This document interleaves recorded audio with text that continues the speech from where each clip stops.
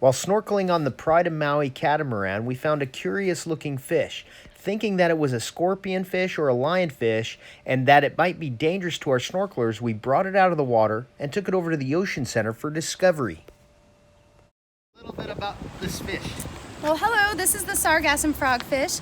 It typically likes to live in floating debris, sometimes brought in by whales, so it can be fishing nets or lots of seagrasses.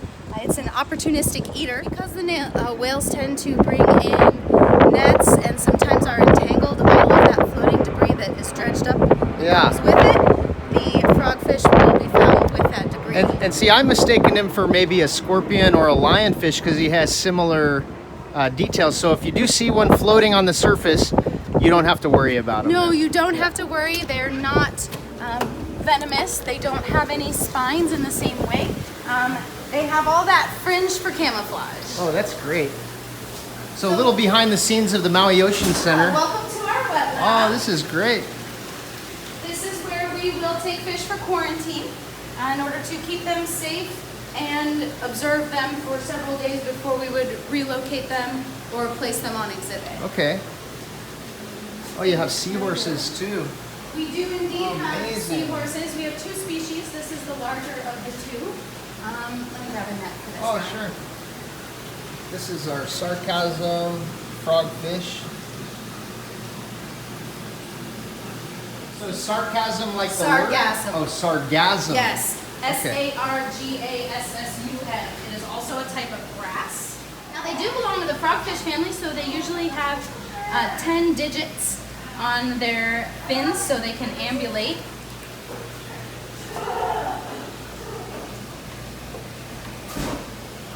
He's beautiful. Oh, that is a beautiful fish. Absolutely gorgeous fish. And all of those little fringes are grown for camouflage. Magnificent. Yeah, really, truly beautiful animal. They don't get as large as some of our other more recognizable reef species of frogfish. So this one won't get the size of a volleyball or a basketball? It's unlikely that it will get that large. Typically more like grapefruit size, maybe a little bit bigger, but not as huge as some of our other larger frogfish get.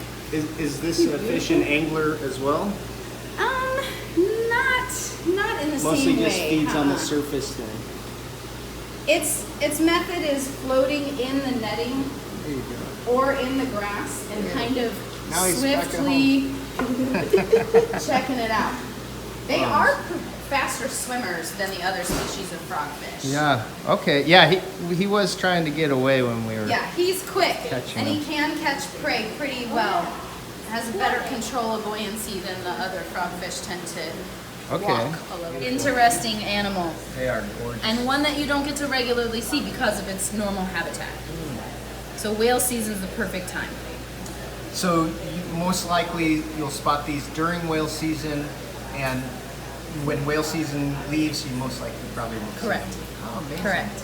So like last year during whale season, I think we had maybe 9 different sargassums that people had reported or were concerned that they should bring us. Yeah. And we took just 1 or 2, and sometimes they're very small when people find Oh them. yeah.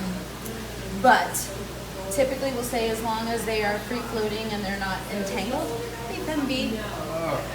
Okay. Yeah. Well, now we know that. We Yeah, no, will. this We'll is- leave them be, but we weren't sure because I've been doing this about 18 years and I've never seen one.